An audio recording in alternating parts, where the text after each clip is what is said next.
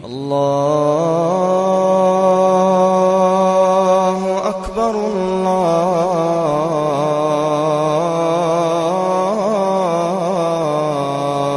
أكبر.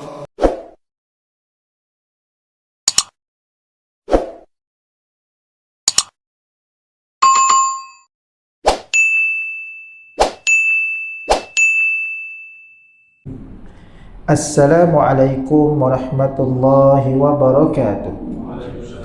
Syukur Alhamdulillah, kita masih diberikan ruang dan peluang oleh Allah. Allah rezekikan kita kesihatan yang baik. Allah rezekikan kita pada malam ini untuk kita berhimpun dan berkumpul dalam rumah Allah, untuk terus berada dalam ketaatan kepada Allah Subhanahu wa taala. Satu suasana yang sangat manis, suasana yang sangat cantik bila mana Allah rezekikan kita berada dalam ketaatan kepada Allah Subhanahu wa taala. Andai kata kita rasa berat nak beribadat, kita dihalang untuk sampai ke rumah Allah, kita disibukkan dengan hal tak dapat nak kuliah ilmu, sebahagian para ulama menyatakan bahawa itu tanda kita sedang diazab oleh Allah Subhanahu wa taala.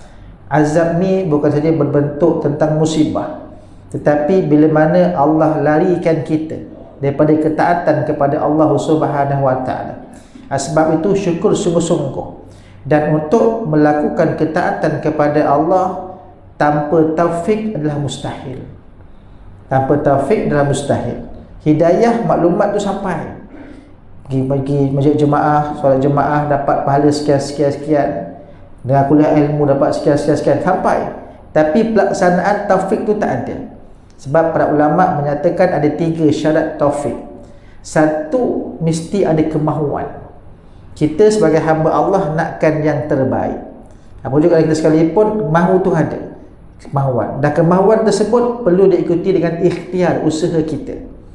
Dan lepas ikhtiar, kita kena doa, minta sungguh-sungguh kepada Allah. Contoh, kita tahu tentang keberkatan, kelebihan bangun malam, tahajud dan sebagainya.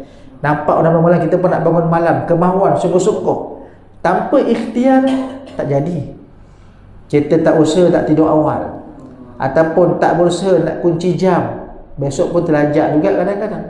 Kita nak pergi subuh berjamaah, nak pergi masjid, tapi tak berusaha, ikhtiar tak jadi juga, kan? Dan bila dah ada usaha, kemahuan, ada ikhtiar, tapi tanpa doa, Allah tak izinkan dia berlaku. Sebab itu syukur sungguh-sungguh untuk kita berada di ketaatan kepada Allah. Syukur sungguh-sungguh. Di malam ni Alhamdulillah kita bertemu kembali, tuan-tuan dan puan sekalian, untuk kita menyambung berkaitan tentang perkongsian kisah para Nabi dan juga Rasul. Malam ni kita akan buat kesimpulan berkaitan tentang kisah Nabi Adam alaihissalam.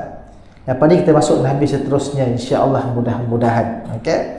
Secara umumnya Nabi Adam semasa dia maklum, manusia yang pertama Allah ciptakan daripada tanah, dan dialah menyebabkan berlakunya permusuhan di antara makhluk Allah. Siapa dia? Iblis. Banyak surah Al-Baqarah ada, surah Ali Imran ada, surah Al-A'raf ada, dan sebagainya, kita bincanglah sebelum ni. Okay? Dan kita lihat bagaimana Allah menciptakan Nabi Adam AS, mendatangkan kebencian kepada golongan iblis. Siapa tu iblis? Terujuk dalam suratul Kahfi ayat ke-50. Wa idh qulna lil malaikati isjudu li adama fasajadu illa iblis. Pangkal dia sama dengan ayat 30 surah Al-Baqarah. Nak ceritakan bagaimana, bukan ayat 30, ayat ke-32 surah Al-Baqarah, okay, ayat 36. Surah Al-Kahfi pangkal dia sama, ayat ke-50. Ingatlah kata Allah, ketika mana kami berfirman pada malaikat, perintahkan pada mereka untuk sujud kepada Adam. Fasajadu, semua sujud, illa iblis. Siapa tu iblis? Dalam surah Al-Kahfi disebut kana minal jin. Rupa-rupanya iblis ni sebahagian daripada keturunan jin. Itu dalam surah Al-Kahfi sebut. Dan keturunan bagaimana? Fa fasaqa an amri rabbik. Golongan yang berderhaka, yang menyimpang daripada Allah Subhanahu wa taala. Jadi kita ambil kesimpulan dekat sini. Dalam Al-Quran ada kalimah kafaru, kufur. Kufur artinya engkar. Kufur artinya engkar. Okey. Engkar artinya dia tak nak ikut lah. Itu sebab kadang-kadang orang marah hari ini, tanya kau Islam ke? Islam. Tak solat ke? Nanti lah, sibuk lah. Tak baca Quran? Alah, mati dah tua boleh baca. Kafir lah kau ni. Kita marah, melenting. Hakikatnya macam tu. Sebab kufur artinya engkar perintah Allah. Adapun fasik, fafasaqa, derhaka kepada Allah. Derhaka lawan balik lah. Tu beza. Engkar kita tak nak buat. Tapi kalau fasik, dia melawan. Iblis sebut fafasaqa an amri rabbi. Dia melawan, derhaka pada perintah Allah. Rujuk dalam suratul Kahfi ayat ke-50. Sebab dipertikaikan. Kan kenapa dia melawan? Dalam suratul A'raf disebut khalaqtani min nar, aku ni lebih, ana khairum minhu, kata iblis. Aku lebih baik daripada dia. Kau cipta aku daripada api, dia daripada tanah tak cantik. Dia marah macam tu pula, aku lebih baik. Dia bangga diri, lawan. Itu sebab, itu kesimpulannya. Bagaimana Allah datangkan kisah. Tujuan untuk apa? Di saat kita nak mendapat ketaatan, saat kita nak taat kepada Allah, nakkan rahmat daripada Allah, ada makhluk yang menarik kita turun ke bawah. Jangan dekatkan Allah, jauh-jauh. Artinya ada makhluk. Siapa dia? Syaitan tu lah. Okay. Dalam Al-Quran 88 kali diulang kalimah syaitan. Syaitan daripada kalimah syatona. Syatona artinya satu perasaan yang jauh daripada rahmat Allah Subhanahu wa ta'ala. Dan tujuan syaitan tu pula masuk dekat jiwa kita, dalam emosi kita, rohani kita, hati kita, untuk kita jauh daripada Allah. Tu tujuannya. Tu dia bisikkan, alah tak payahlah, kat rumah pun boleh solat. Alah sekarang ni kan YouTube banyak, masjid pun buat FB live dan sebagainya. Tu FB dah lah. Boleh, tapi suasana tak sama. Dan kelebihan mereka dalam udara macam ilmu macam ni, dapat direct terus rahmat Allah Subhanahu wa ta'ala, insya-Allah, mudah-mudahan. Tu konsep dia. Baik. Dan apa yang berlaku daripada kisah tersebut, datanglah cerita ataupun Allah ajarkan kepada Nabi Adam AS, berlakulah penyesalan di situ. Dan proses itu berlaku bagaimana? Kita cerita. Ini kesimpulannya. Okey? Nanti kita ulang balik dan sebagainya. Berlaku di mana saat Nabi Adam dihasut untuk makan sebiji buah, kan? Buah wallahu a'lam, tak tahu buah apa. Tetapi kita panggil buah khuldi. Kenapa buah khuldi? Sebab dalam hadis sebut, bila mana syaitan iblis suruh makan tu, dia kata, kau nak kekal lama tak dekat syurga ni? Confirm lah nak kekal. Tapi sebenarnya Allah cipta kau, nak hantar kau kat dunia, kata iblis. Kan dia dekat ilmu syaitan tu. Dunia ni macam mana? Kata Adam, aku duduk dah dunia dulu. Dunia ni teruk. Memang tak apa yang memang tak sehebat syurga ni. Kat syurga apa kau nak semua kau boleh ambil. Kan, tapi dekat dunia kau kena usaha sendiri, kena buat macam-macam dan sebagainya. Susah, kata iblis, payah. Jadi dia kata, nak tinggal kau makan buah tu. Allah tak bagi. Dia sebut apa? Wala taqraba hazihi syajarah. Jangan dekati pokok ni, kata Allah. Kalau dekati jadi orang yang kafir, apa orang yang engkar perintah Allah. Nampak tak ayat Quran tu? Bukan kata kafir tu keluar Islam tak, tapi engkar perintah Allah. Kan? Jadi kalau itu keluar dan sebagainya. Dia kata, baik kau makan. Tak boleh. Tak, kalau nak kekal kau kena makan. Dia kisah itulah orang Melayu kata buah khuldi, buah kekal. Nama dia wallahu a'lam, tak tahu nama buah apa. Okey. Dan daripada peristiwa itulah, bila lepas dia makan, dikhabarkan, diceritakan ulama sirah, habis lucut segala pakaian Nabi Adam. Lucut segala-galanya. Dan Nabi Adam pun malu, ambil daun dan terus Allah turunkan ke bumi. Kan. Bila di bumi itulah berlaku penyesalan. Saya dah kongsi dah sebelum ni, penyesalan tu berlarutan sampai 40 tahun. Setengah riwayat kata. Dan Allah datangkan doa untuk iktibar bersama-sama. Doa inilah amalan kita. Yang tadi pun Imam baca dah. Dan suratul A'raf sebut, Rabbana zalamna anfusana. Wahai Tuhan kami, zalamna anfusana, kami telah menzalimi akan diri kami sendiri. Sebab apa? Allah datangkan perintah, datangkan arahan. Yang tak nak ikut tu siapa? Kita lah. Kita zalim diri sendiri. Itu yang pertama. Rabbana zalamna anfusana, wahai Tuhan kami dah menzalimi diri kami sendiri ni. Wa illam taghfir lana, dan seandainya kau tak ampunkan kami, wa tarhamna, tak rahmati kami, lanakunanna minal khasirin, nescaya kami jadi orang yang rugi. Rugi kenapa? Tak dapat rahmat Allah lah. Itu doa dia. Rakamkan dalam Quran, kita amalkan sampai ke hari ini. Bila kita baca tu, bayangkan, bukan bayangkan dosa Nabi Adam dah, bayangkan dosa kita ni. Dosa Nabi Adam dah ampunkan dah. Dosa kita ni, kita fikir, ya Allah, apa aku zalim dia aku ni, ya Allah, Allah suruh macam ni aku tak buat, ya Allah, suruh macam ni. Kena bayangkan. Ingat terjemahan tu, Rabbana zalamna anfusana wa illam taghfir lana wa tarhamna lanakunanna minal khasirin. Berpuluh tahun kita baca, dalam sehari pula bukan sekali kita baca, kan? Paling kurang 5 kali kita baca, 5 solat fardu. Kalau sunat kita baca lagi berapa kali? Ambil 5 kali pun tak apalah. 5 kali kali 365 kali setahun. Berapa kali kita baca? Itu setahun. Dah puluh tahun dah kita baca. Kadang-kadang orang tanya, oh itu maksudnya Ustaz, baru tahu. Allah, selama ni hafal je Ustaz. Ikut aja orang baca kan. Kadang imam baca pun amin, amin. Dia datang daripada hati kita.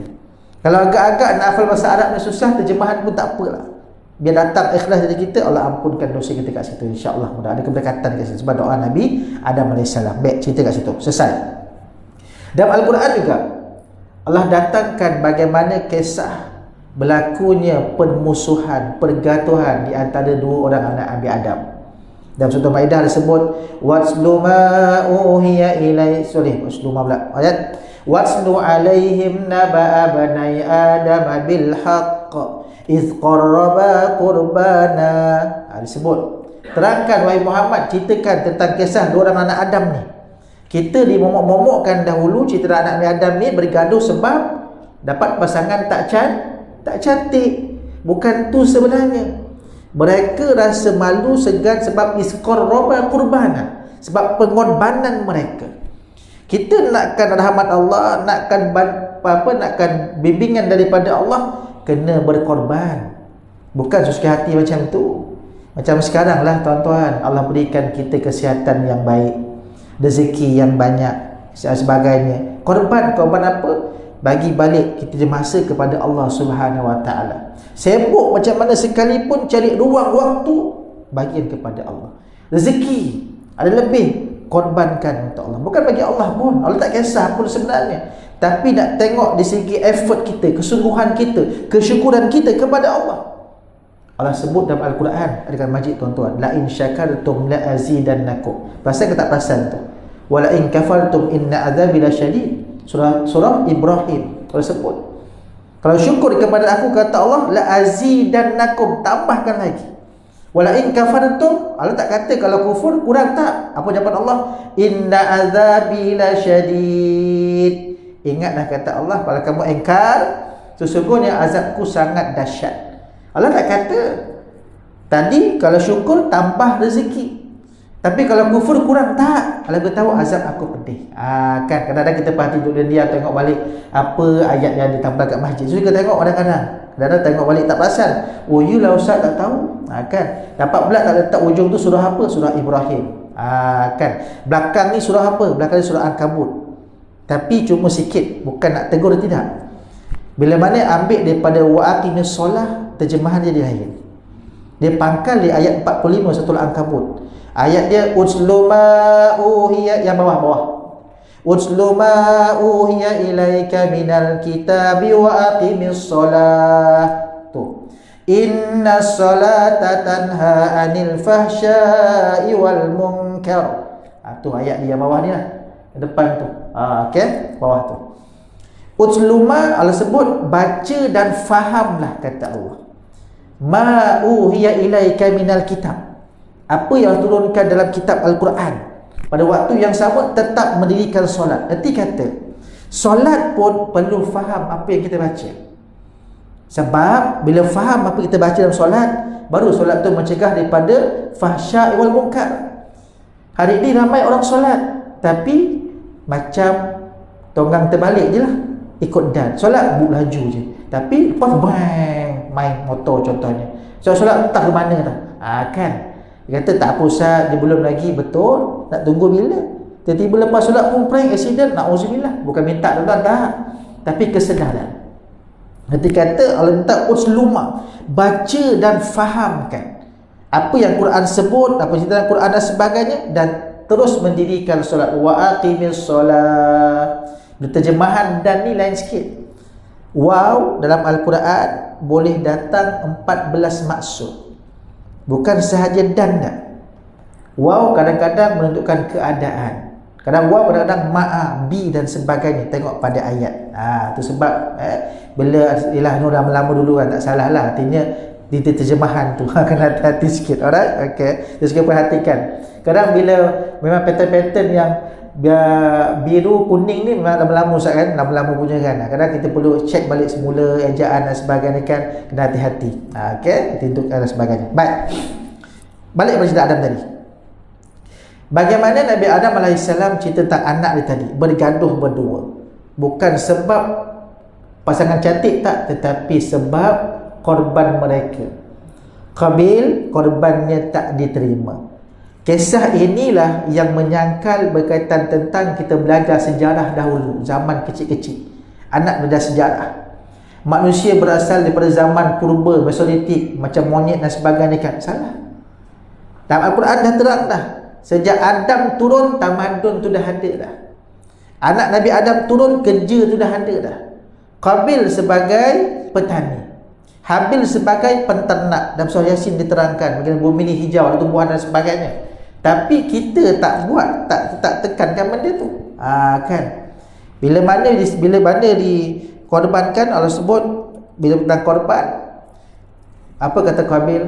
Buat apa nak bagi Allah? Allah bukan boleh makan pun. Kan, bagi ni dah lah. Macam kita lah. Alah, nak sedekah banyak-banyak buat apa? Allah bukan nak duit ni. Betul tak? Tapi dah nilai kita. Walaupun tak banyak, sikit pun jadi. Itu sebab dia bukan balik kepada tu. Tengok balik surah Luqman. Bila mana Allah sebut dalam surah Luqman, walaqad ataina luqmanal hikmah, ayat ke-12 muka surat 412. Surah Luqman sebelah kiri atas sekali. Walaqad ataina luqmanal hikmah. Allah ingatkan Luqman, wahai Luqman, kami berikan kepada kamu hikmah. Apa hikmah? Kebijaksanaan. Apalah pesan? Anishkur lillah, sentiasalah syukur kepada Allah. Itu perintah, bukan kata syukur. Tak, itu perintah kepada Allah. Anishkur lillah, Allah minta kita syukur kepada Allah. Kan? Wa may yashkur, kata Allah, dan barang siapa yang syukur, yashkur tu fi'lun mudhari'. Tadi anishkur lillah fi'lun amal. Bila wa may yashkur, yashkur tu fi'lun mudhari', artinya barang siapa yang sentiasa syukur kepada aku, apa dapat dia? Linafsih, kebaikannya pada diri sendiri, bukan pada orang Allah pun. Kita syukur kepada Allah, dah tambah rahmat-rahmat tadi. La in syakartum lazidannakum, syukur tambah nikmat-nikmat sebagainya.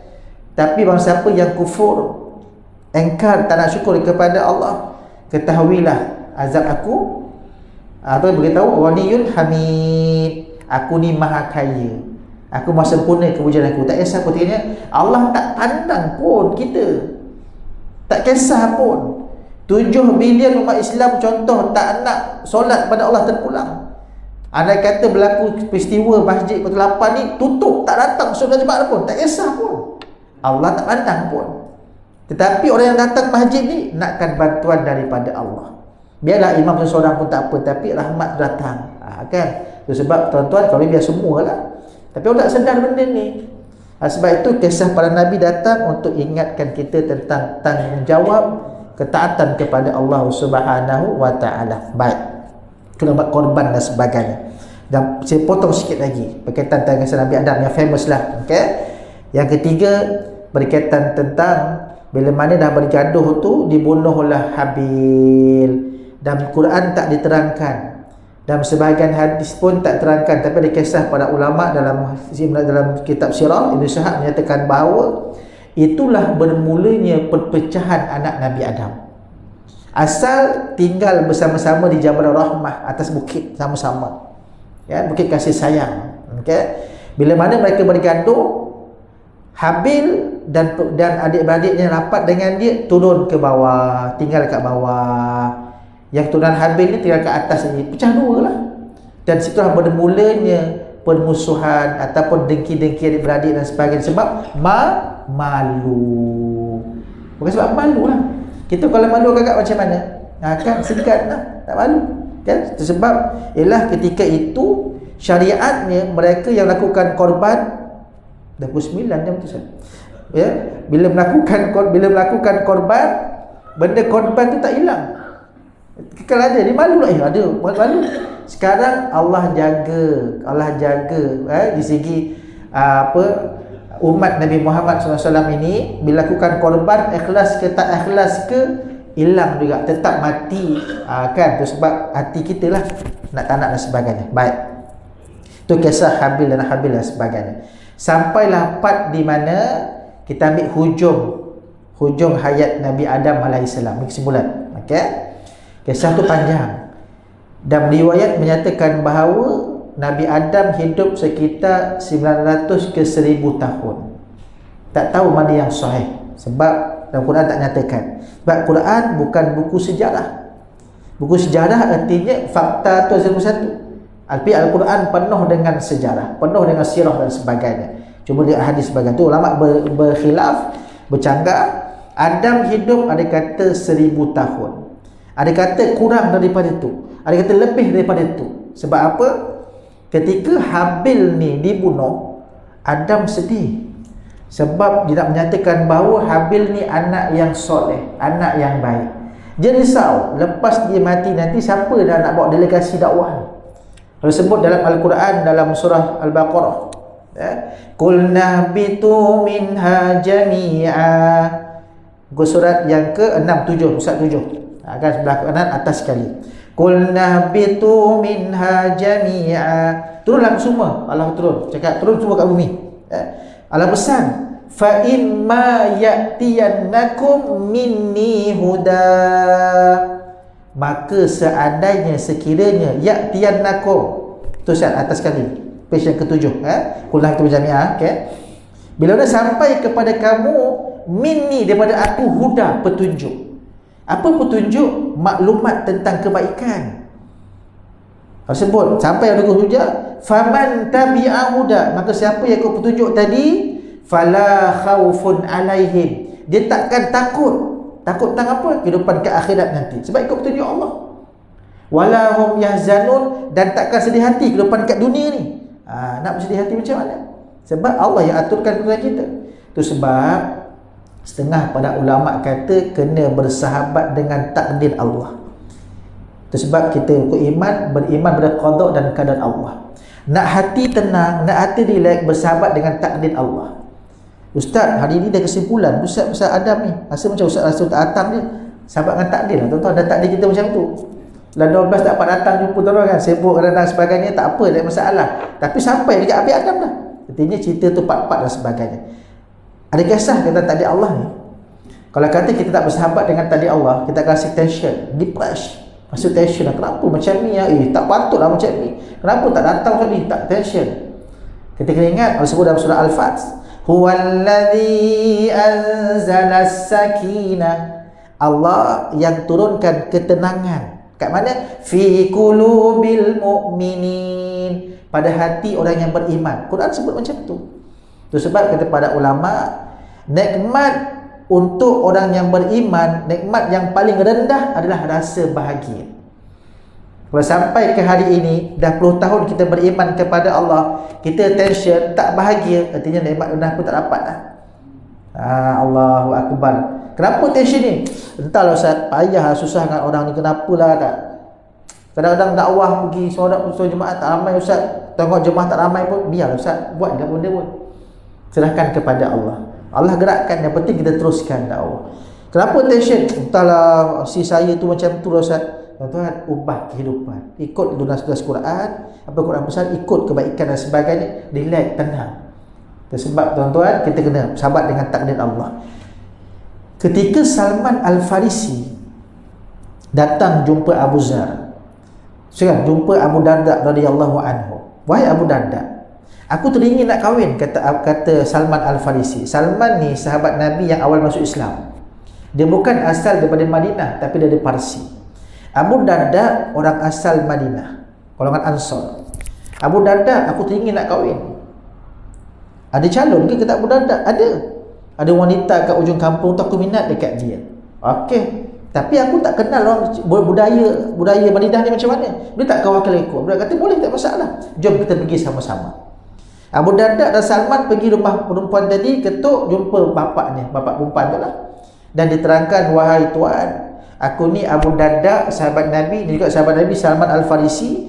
Dan Salman ni siapa? Salman ni Nabi pernah sebut min ahli baiti, ahli bait aku, sebab dia antara awal masuk Islam, antara 10 yang terawal, dan dia orang yang hebat. Dan ceritalah kehebatan Salman Al-Farisi.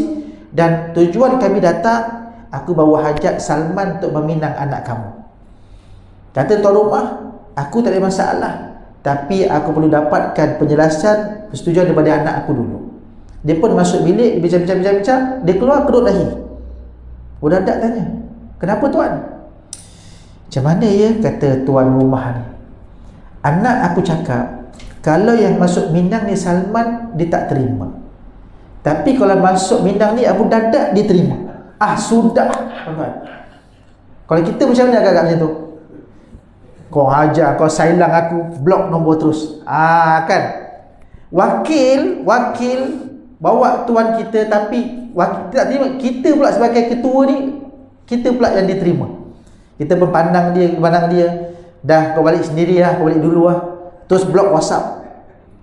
Ketika peristiwa tu berlaku, muka Abu Darda merah padam. Salman relax. Dia tak kata, jangan macam tu. Tak, kata tuan rumah ni, anak aku cakap kalau masuk Minang ni kamu Abu Darda diterima, Salman tak terima. Salman kat belakang relax kan. Abu Darda toleh, Salman minta maaf, aku tak lihat macam tu. Apa kata Salman? Tak boleh minta maaf dekat aku, kata Salman. Kenapa? Aku yang boleh minta maaf dekat engkau, sebab aku dah kacau takdir Allah tak ada engkau. Allah takdirkan wanita tu untuk engkau, bukan untuk aku. Aku minta maaf, kata Salman. Relax je. Kalau kita memang kita kau ni sailang kawan-kawan, sailang kawan lah kan, tak nak, kita marah. Kan berlaku macam tu kadang-kadang kan.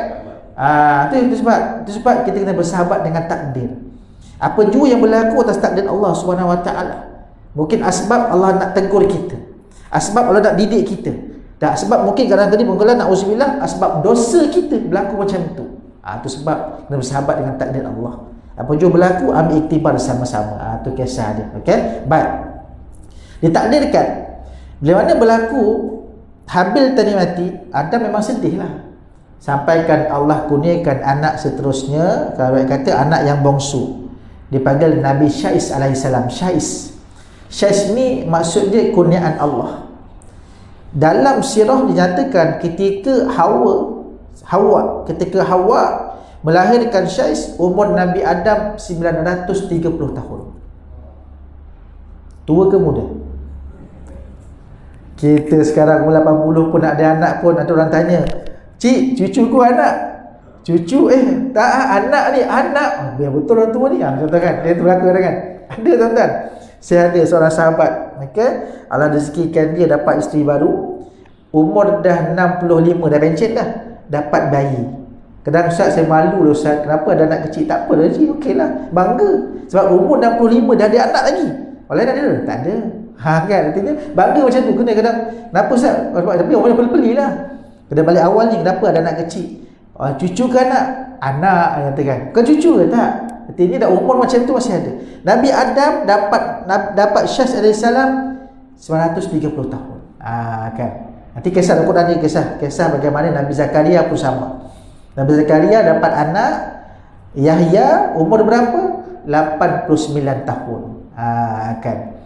Bila lama Nabi Syais tu lahir, Adam tengok Nabi Syais ni dia ada sifat sama macam Habil alaihissalam. Sama macam Habil. Orang anak yang soleh, yang baik, cerdas dan sebagainya. Sebab itu Allah pilih Nabi Syekh AS sebagai Nabi lah. Dalam kisah suhuf ni lembaran-lembaran. Nabi Syekh dapat 50 suhuf untuk membawa delegasi Nabi Adam terus dakwah kepada Allah SWT. Itu cerita dia. Okay? Dan Nabi Syekh ni dalam Quran tak ada, tapi dalam hadis pun ada dan sebagainya. Baik, cuma saya teringat satu hadis Nabi. Riwayat daripada Ubay bin Ka'ab. Cuma martabat hadis ni diragui. Okey. Ada setengah kata hadis yang mauquf. Mauquf ni terhenti. Terhenti pada Ubay bin Ka'ab, bukan pada Nabi. Tapi para orang kata, ada setengah kata boleh diterima hadis ni. Hadis berkaitan tentang saat kematian Nabi Adam alaihissalam. Okey. Nabi Adam wafat pada hari Jumaat. Dan sebelum wafat Nabi Adam tu, dia sakit lebih kurang 11 hari. Dan dia pesan pada anak-anak dia, ayah teringin nak makan buah-buahan syurga. Logik kita, mana buah syurga dekat dunia ni? Tapi anak dia sebab taat pada Adam, dia pun keluar juga. Sebab para ulama kata, kenapa minta macam tu? Adam dah mula rasa rindu nak ke syurga. Saat mati tak tu. Kan? Anak dia pun keluar juga lah cari, konon-konon nak usaha juga. Tengah perjalanan bertemu dengan malaikat.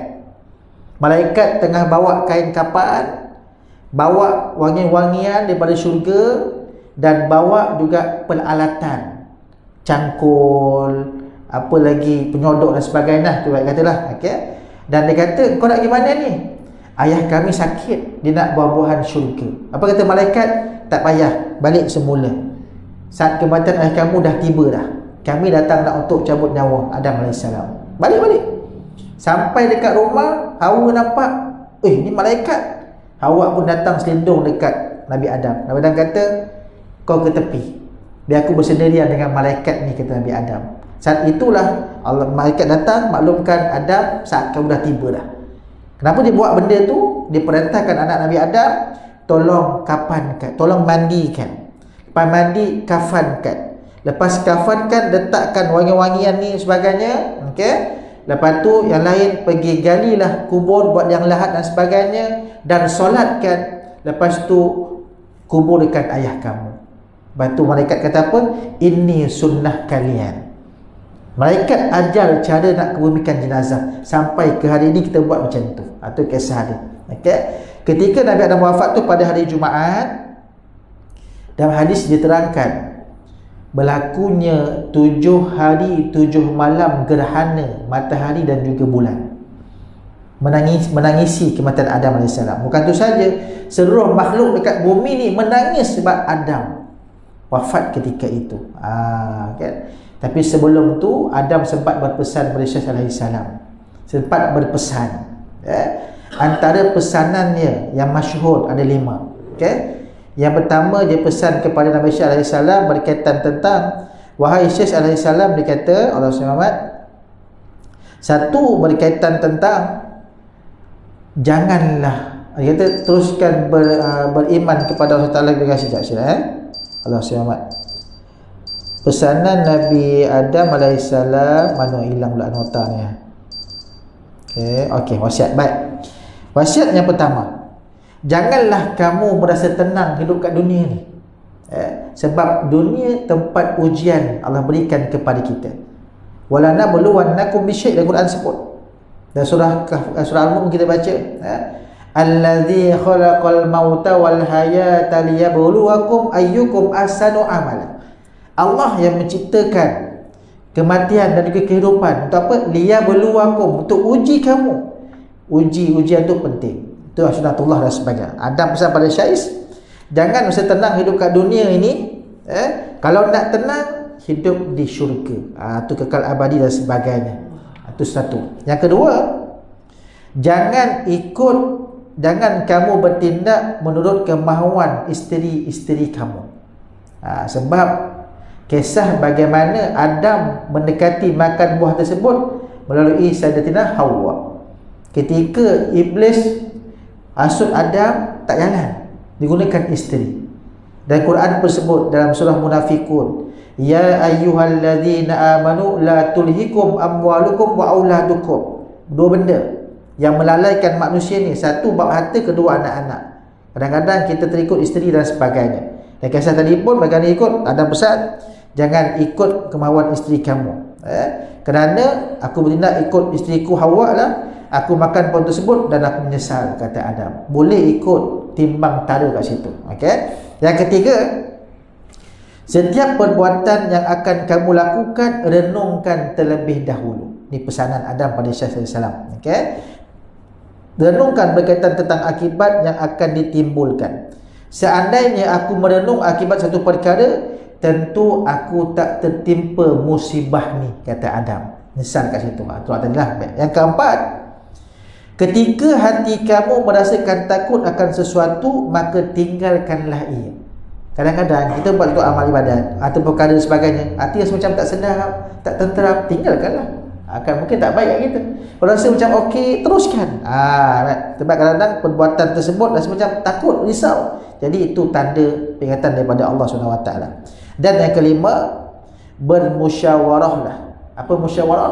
Berbincang, mesyuarat, apa urusan sebagainya, satu perkara dan sebagainya. Kalau seandainya aku bermesyuarah dengan malaikat ketika itu, aku takkan makan buah ni. Itu sebab apa juga tinggal mesyuarat sama-sama. Mesyuarat itu penting. Jangan kita abaikan mesyuarat tadi. Bila mesyuarat, usul kita diterima, ucaplah astaghfirullahalazim, minta ampun kepada Allah. Takut cadangan kita ni merosakkan keadaan. Kalau cadangan kita ditolak, alhamdulillah. Bukan duduk diam, kita belakang. Tak patut orang ni, apa bodoh tadi mesyuarat ni. Tak, depan-depan cerita.